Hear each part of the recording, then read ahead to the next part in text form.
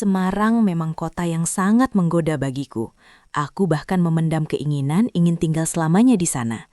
Selain suasananya bisa menenteramkan hatiku, di sana juga banyak wanita cantik yang selalu menarik perhatianku.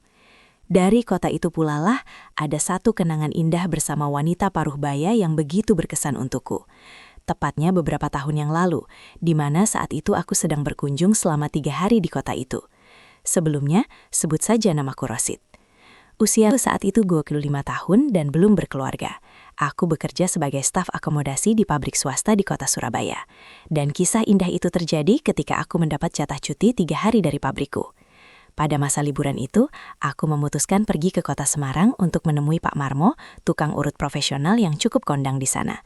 Sebelumnya, atau setahun yang lalu, aku juga pernah bertemu dengannya. Tujuanku untuk memeriksakan kakiku yang sempat patah karena kecelakaan. Dan hasilnya lumayan, meskipun tak bisa pulih sepenuhnya. Dan pada kesempatan cuti libur itu, aku ingin menemuinya kembali guna memulihkan kondisi kakiku itu. Singkatnya, pagi hari, berangkatlah aku ke sana dengan menggunakan kereta. Aku tiba di sana pada malam hari dan langsung mencari penginapan yang tak jauh dari stasiun. Barulah paginya, segera aku kontak Pak Marmo untuk menemuiku di penginapan guna memeriksa kakiku. Dan hasilnya memang luar biasa, tak lagi terasa sakit. Hanya perlu 1 kali pertemuan lagi, maka akan pulih sepenuhnya. Selesai urusan pijat itu, siangnya kumanfaatkan waktu untuk berkeliling, mencari hiburan di luar. Masih ada waktu 2 hari di sana, dan aku tak ingin menyia-nyiakan kesempatan itu. Aku kembali ke penginapan menjelang malam, dan pada malam harinya, dengan baju santai, aku jalan ke depan lobi, berniat mencari makan di pinggiran. Nampak di depan lobi berjejer beberapa tukang becak, dan salah satu dari mereka langsung menghampiriku untuk menawarkan tumpangan. Setelah nego harga, akhirnya salah satu tukang becak yang biasa dipanggil Parjo mengantarkanku ke salah satu warung legendaris di kota. Dia juga menawarkan aku untuk menyewanya pulang pergi, dan aku pun menyetujuinya. Selesai makan malam, kembali aku diantar Parjo menuju penginapanku. Dan saat itulah, Parjo menawarkan sebuah tawaran yang membuatku penasaran. "Mas, apa nggak butuh teman istirahat nanti malam?" katanya padaku. Sontak aku kaget, karena tahu betul maksud ucapan Parjo itu. Sejenak kupikir tak ada salahnya juga aku menerima tawaran itu. Lagi pula sekalian refreshing, pikirku. Bapak tahu di mana carinya? Pria bernama Parjo itu pun tersenyum. Wah, ya tahulah mas. Tinggal masnya mau yang kayak apa? Ibu-ibu atau daun muda? Ah, yang pengalaman aja pak. Tapi bukan yang pasaran. Ada nggak? Ya ada lah mas.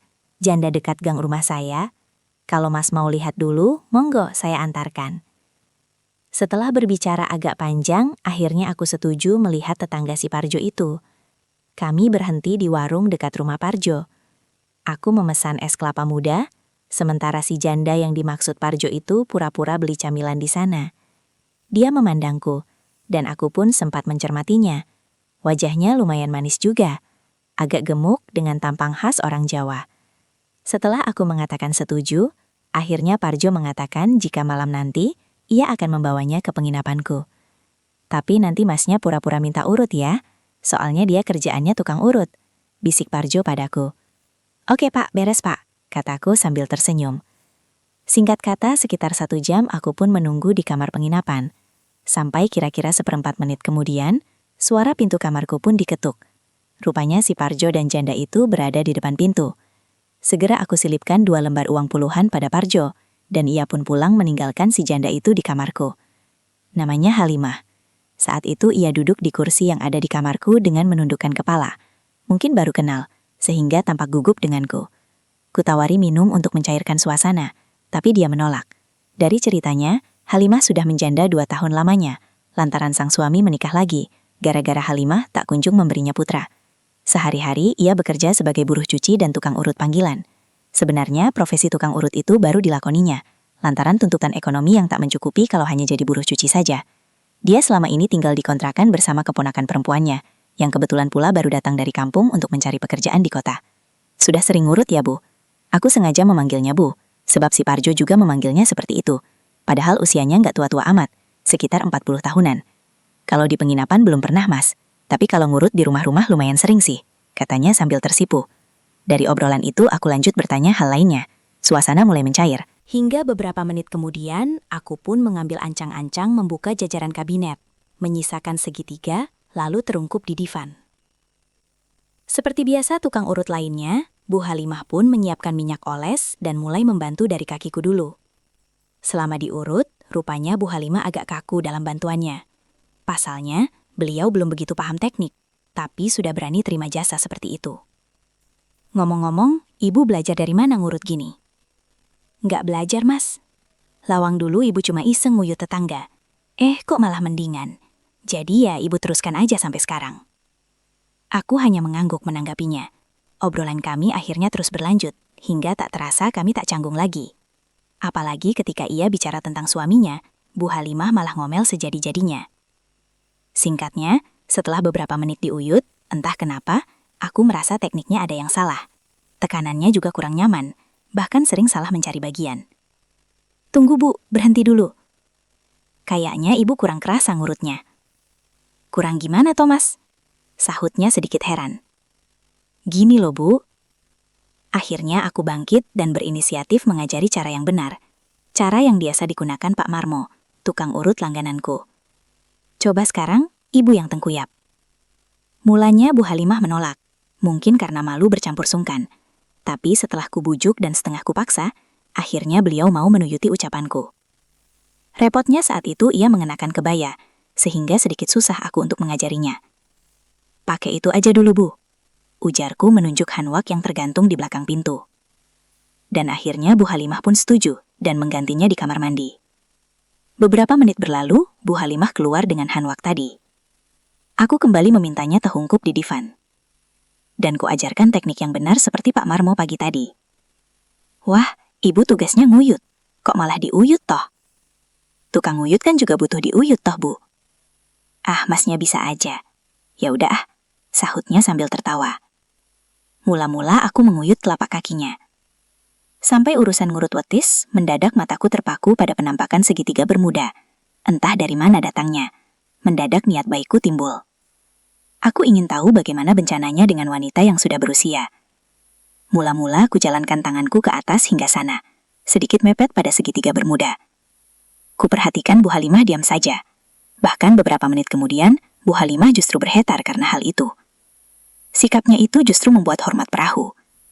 Rasanya ingin segera kulajukan perahu itu. Tapi aku bingung mencari cara untuk mengatakan pada Bu Halimah itu. Sambil berpikir, terus kuuyut bidang astral itu. Bahkan saking sibuknya berpikir, sampai-sampai tak sadar, jemawiku membuat handwuknya terwingwap saat itu. Kulihat Bu Halimah masih tak peduli. Malah kadang-kadang menjalankan kakinya ke kanan dan ke kiri. Menyadari hal itu, akhirnya aku nekat menjalankan jemawi ke arah gerbang mini di antara segitiga bermuda itu. Aku tak peduli jika Bu Halimah akan marah padaku. Yang penting tujuanku terwujud saat itu.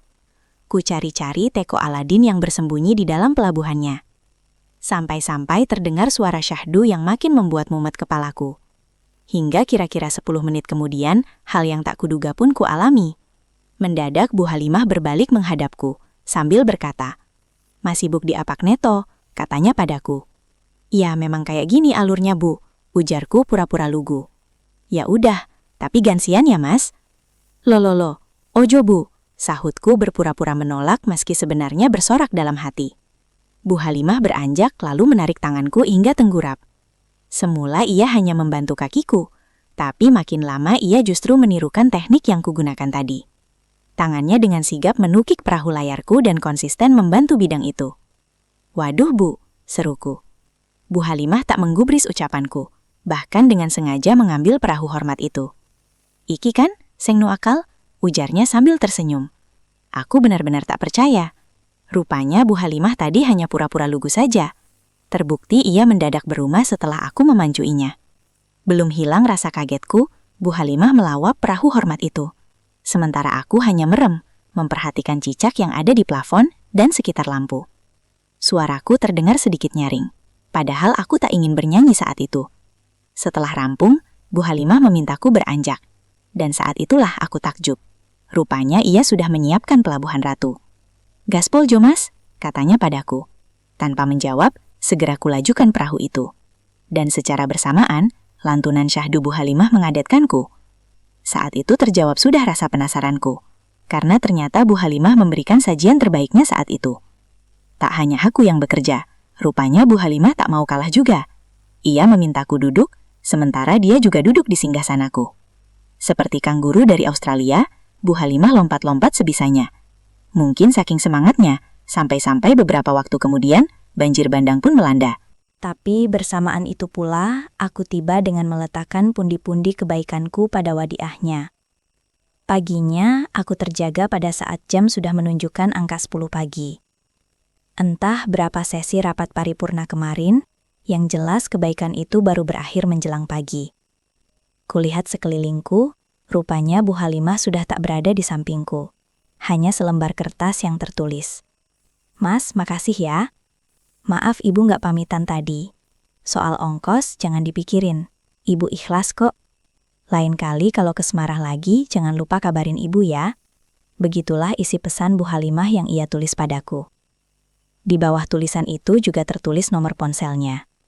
Aku tersenyum dalam hati. Rupanya semalam Bu Halimah benar-benar tulus memberiku kejutan itu. Mungkin semalam adalah ucapan terima kasihnya padaku. Lantaran pertemuan itu sedikit bisa mengurangi beban batinnya itu. Seperti itulah kisah yang kualami beberapa tahun yang lalu. Dan hingga cerita ini kubuat, aku masih rutin bertemu jika datang ke kota Semarang. Dari kebiasaan bersama Bu Halimah itu pula, keakraban kami semakin terjalin. Dan mungkin 2 tahun mendatang aku akan melamarnya. Aku tak peduli cibiran orang yang menilai buruk istriku. Karena pada dasarnya, cinta tak mengenal usia. Dan kenyamanan adalah hal yang terpenting dalam menjalani rumah tangga.